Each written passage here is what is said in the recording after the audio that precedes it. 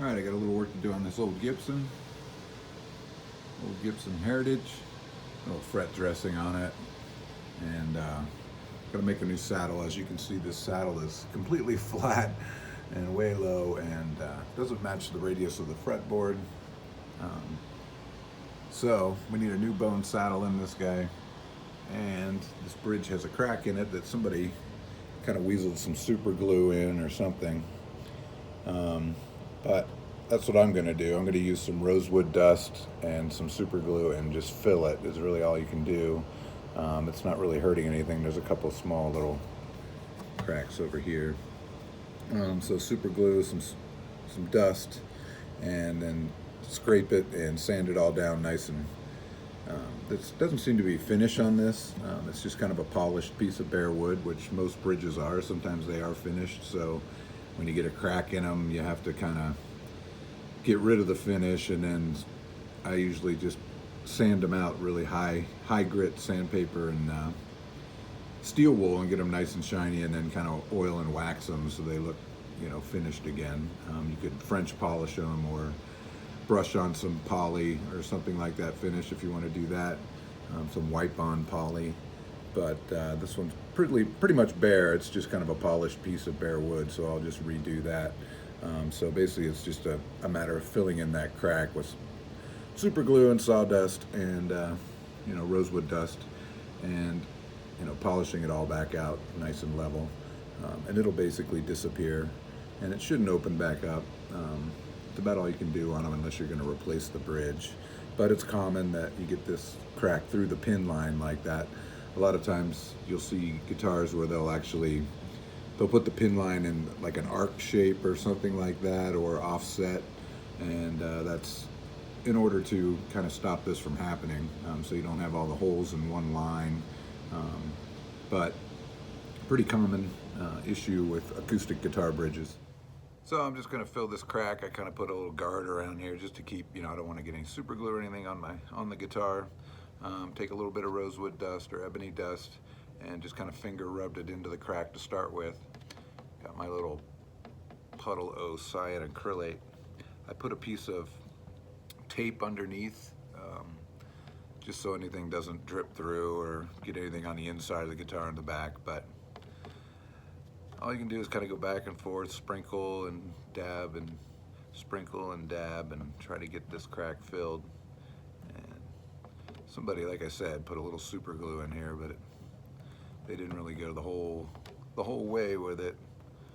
So I'm just going to paint this crack as it all the way down to the end here, where it's going to. So it's going to make a little bit of a mess, but like with anything you're filling or fixing, you want to build things up above the surface that you're going to take things back to, and then you can take a razor blade or a file or whatever, or, sandpaper block. So while it's still a little wet, I can kind of sprinkle some rosewood dust in here, which turns pretty dark. This is kind of a piece of ebony perhaps, but it's kind of a light piece of ebony, so when this stuff hits the glue and kind of gets that wet look, it turns pretty dark black almost. So I'm not expecting that to be a problem. Usually when you're filling stuff, like I've said, go with the lighter shade.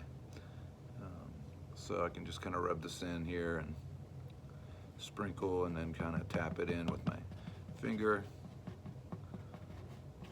kind of make a mess, kind of blow off the excess, and then I'll come back again after I do that and do a little more painting, cyanacrylate painting with my CA glue puddle and my screwdriver applicator. And you can usually see that glue kind of sinking into the crack. And it gets down in there pretty far, so try to weasel it in all the way down, even inside these pinholes, which I will, it'll get kind of messy in there too, and I'll have to take a taper reamer and just kind of clean it all out and get it back. Sometimes these holes are a little beat. Everything here is pretty old and worn. The pins sit in there pretty loose. So I could even, you know, kind of paint the inside of these pinholes a little bit to kind of fatten them back up, or, you know, get the pins to sit tighter in there. And not that it's having any problems holding the strings or anything like that, but if you want things to be a little tighter, this guitar probably needs the bridge plate worked on. Reach in there and feel around. It's a little beat up. It's not too bad, actually. Feels pretty tight, so just looking for wear and you know, where the ball ends of the strings have dug into the bridge plate and eaten away at it, and the ball ends are sitting really deep into the bridge plate, maybe even all the way up to the spruce of the top, which is not a good thing for your acoustic. It will make a pretty big difference if you fix that up. I mean, usually traditional thing is to pull that bridge plate out and totally replace it. It's a real pain in the butt, and a lot of people do a lot of different things, like they'll either put a veneer over top of it, or they make these little brass plates that are like peel and stick adhesive that you can put in there. That will kind of fix that so the ball ends are sitting nice and on the top of the bridge plate and they're not digging into it. So yeah, I can just kind of, I can do that paint, and then I just kind of resprinkle again and just kind of fill these in, because it's, once they've opened up, and this is kind of the same thing, you can get cracks in the fingerboard, kind of the same process, like usually ebony fingerboards do that, and you can do the same process and slowly, and then scrape it back with a razor blade, and then use your varying grits of sandpaper up pretty high to polish it all back out. And yeah, like usually it's like ebony boards that do that. And can you see this? I'm sorry if you can't. I'm trying to get it to, sometimes this light gets a little funky. But anyway, yeah, I'll go back and forth on this, and once I get it all built up and I know that I can add a little more super glue to my puddle, just using thin super glue. Go back over and paint my dust line, and when I stop seeing that, you know, crack kind of show back up as the glue sinks into it, I got everything solid, then I'll scrape it all down and file it and sand it, and then I can, you know, I'll go up pretty high in grit on the whole bridge, get it up to like 600 grit or so, and then I'll wax, and I'll put a little oil on it and some paste wax and buff it with a rag, and it'll be shiny. It'll look almost like it's been finished or lacquered. So I got it pretty filled, and so I can take a razor blade like this, you know, with our little taped razor blade, and carefully scrape this all down flat, all my fill, all my glue, all my sawdust. Over here I might need to use, I don't know, sometimes I use like a medium file. I have a medium grit, small mill file. Like I said, files are your friends. Got lots of them. And just want to knock it down nice and smooth. Sometimes if you got a rough surface or something, scraping isn't the greatest way. It might cool out your fill. I want to get this top nice and knocked down and clean. I just kind of have some protection here so I don't slide off and do something I don't want to do to this nice old guitar. But this will get it down nice and flush. Like I said, the inside of these pinholes will be a little bit gnarly just from all the glue and dust that I put down in there, but that's fine. I'm going to take a taper reamer and just clean them. I use the pins to kind of check. I might paint them a little bit and get them a little tighter in there. And like I said, you can just kind of paint around the inside of them with some super glue. You can, you know, sprinkle a little rosewood dust or ebony dust you need to go a little heavier duty, sometimes just a few coats of super glue in there and then tapering them out smooth we'll tighten them up just enough to keep, you know, pins from flying out or being a pain and get things nice and tight. But yeah, these old Gibson bridges are always kind of a job sometimes. Their bridge plates are pretty weak usually, and they get these crazy big bridges that are funky shapes, and boy, they're a lot of fun when you have to re-glue them and do all that stuff. They're like nice square bridges, standard, but you know, everyone's got to do their thing, place themselves apart from the herd. So if I get this scraped down and I still, you know, this is when I'll see if I got, you know, if the crack is visible still or not. Again, I can take a small block. That's a little big. Where's my small block? I got a mess going on here. You know, some kind of small whatever piece of maple, and I can wrap some sandpaper around it really tight.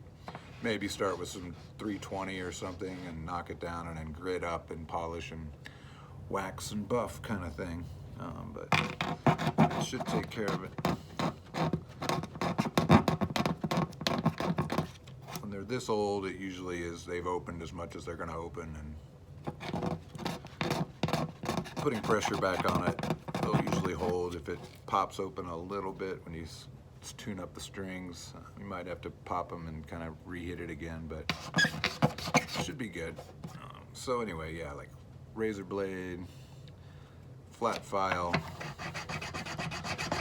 single cut medium mill file. All right, so I've done all that filling and sanding, and I got this up to like 800 grit sandpaper, and you can see everything's nice and filled, and I oil and wax this. It will look pretty darn good. It'll probably look better than it was for sure. So, I mean, I don't know, I use this stuff, this Feed and Wax, Howard's Feed and Wax, works pretty good. You can use it on fingerboards, bridges, anything. So I use some of that, and then I'll probably go over it with some paste wax, which I like this style, this brie wax. It's pretty awesome. You can get it at Woodcraft and things like that. Look at how messy my shop is. It's been cranking away here in quarantine. So, yep, I'll do that, and but I think I got her nice and filled and everything scraped and sanded down. Like I said, I went up to like 800 grit. You could go a little higher if you like, and then steel wool to really get it to shine. That's kind of good. After you get the wax on, I'll use a soft cloth or a blue shop towel and just give it a good elbow grease buffing. And then I can start working on the saddle. Cool. All right, so I got my saddle made. I know I did a demo on that. I'll get another guitar, and I was like, yeah, I should have filmed that. But you know, to get the top correct to your radius of your board, use a radius gauge and just find the right radius of your fretboard, and then use that as a template to draw a line on the top. Remember how we got kind of the height at least close was you want to fit it. You know, it's usually going to be too long, so I cut it almost to where it fits the length, and then I start working on it width-wise till I can get it down in the slot nice and tight. Well, you don't want it too tight. You want it to drop all the way down to the bottom of the slot, of course, and sit flush, but you don't want it wobbling and tilting. This saddle's so low that there's not much sticking up from the top.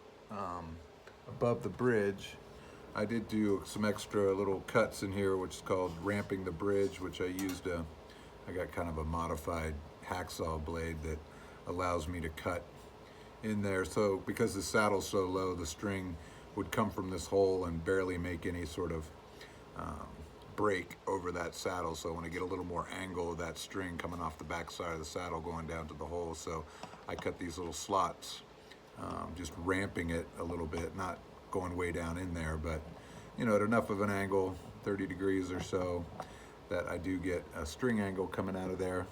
And just open them up. I don't know if you can see those. Try.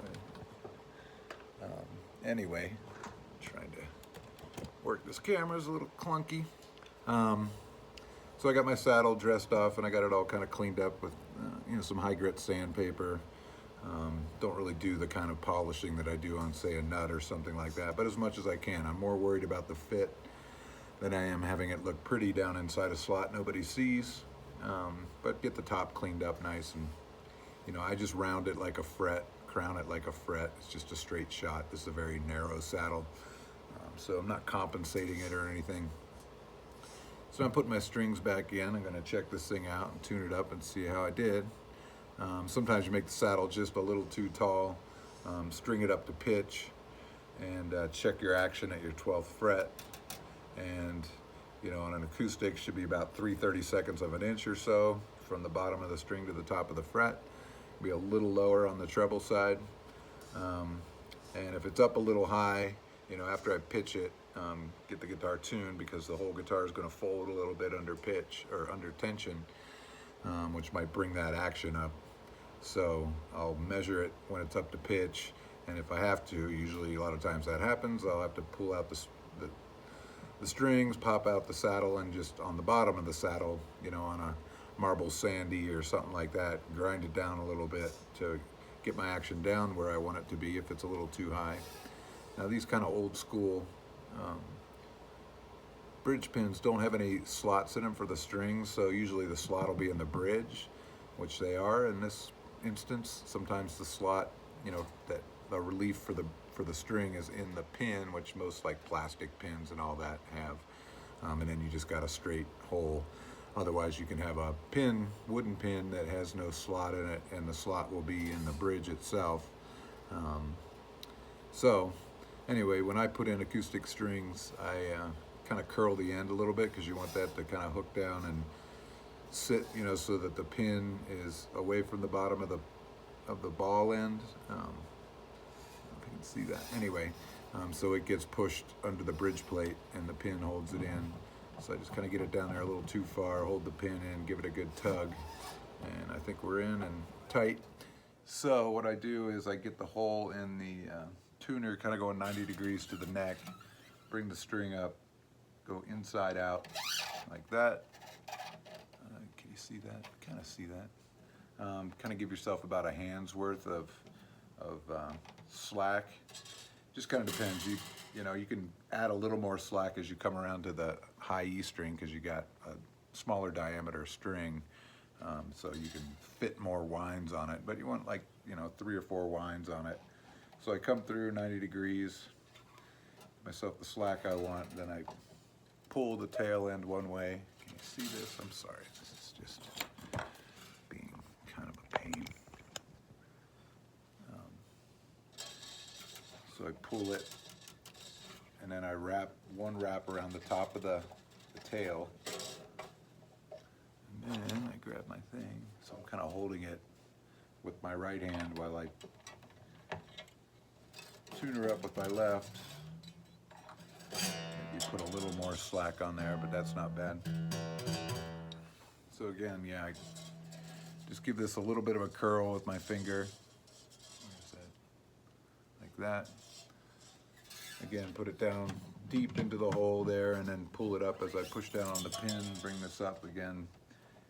Give my hole in the tuner 90 degrees to the neck. Bring it through, give myself, a hand or so of slack. Pull the tail one way, pull the string towards the neck, and then I just wrap by hand over top of the tail, and then I'm going to wind the coils down towards the headstock, the face of the headstock, under that tail there. I don't know if you can see that. I'm sorry. I gotta change.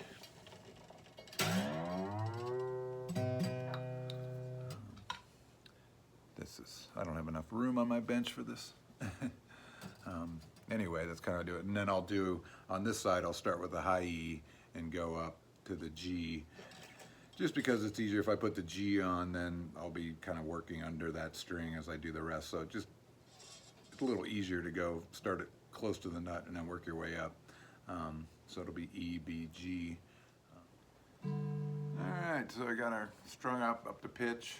It came out really well. I've done so many saddles that, remember that one trick I had where you had the straight edge from, if you're getting your saddle height, and you put a penny on the 12th fret and a dime on the high E side fret, on the fret, on top of the fret, and lay your straight edge from your first fret on top of the penny, and then, you know, it kind of simulates the path of your string across the fretboard, gives you a little bit of, you know, obviously height. So you just kind of simulate, and then you can measure, you know, from the bottom of your straight edge down to the top of the wood on your bridge, and that kind of gives you a pretty good idea where the top of your saddle should be. So yeah, I put a penny on the low E, 12th fret, and a dime, so it gives you a little lower action on the high E side. And that's a good way. I just eyeball it and then do a mark on the E strings, looking down the neck, and then I connect the dots with my radius gauge and keep things a little high, and then, you know, dial it down from there. But this one came out pretty good. If I measure at my 12th fret, I'm just over 3/32 over here on the bass side, and I'm just under 3/32 on the treble side. But it's pretty good action as long as I'm clear up here, going up towards that hump in the body. I did do a fret dress on there, so made sure that I didn't have any, you know, your usual high spots here where the neck meets the body. Get rid of those, and then got rid of all my, you know, finger wear, fret wear down here in the first position, but it was in really good shape. But they just needed a good cleaning basically, and a touch up to make sure there weren't any high spots. So were the usual ones.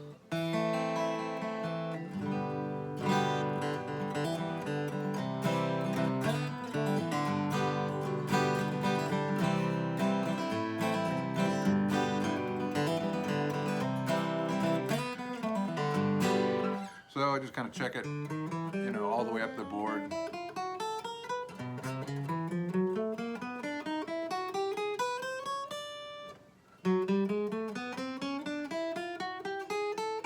Make sure I didn't miss anything, especially up towards the body. It doesn't choke out. So we get the action down low where it is now. You know, people like it. This is a little lower than some people, you know, really bang on acoustics might want, but this is kind of the modern action, you know, 3/32 to a little under on the high E. And as long as everything's good and clear, approaching the body and beyond, then we're pretty good. We don't have any, you know, in the first position, so of course did a little bit of a truss rod adjustment, needed to be tightened a little, but you know, it's got a little bit of relief in it, so if I go, you know, take my string from the fret at the body and the first fret and kind of check my clearance, got a little bit of a tap test there that tells me that I got a nice, even, slow relief in the neck, and everything's nice and clear. So, give it a good wipe down and make sure it's all clean and tuned, and put it in the case and let them know it's ready.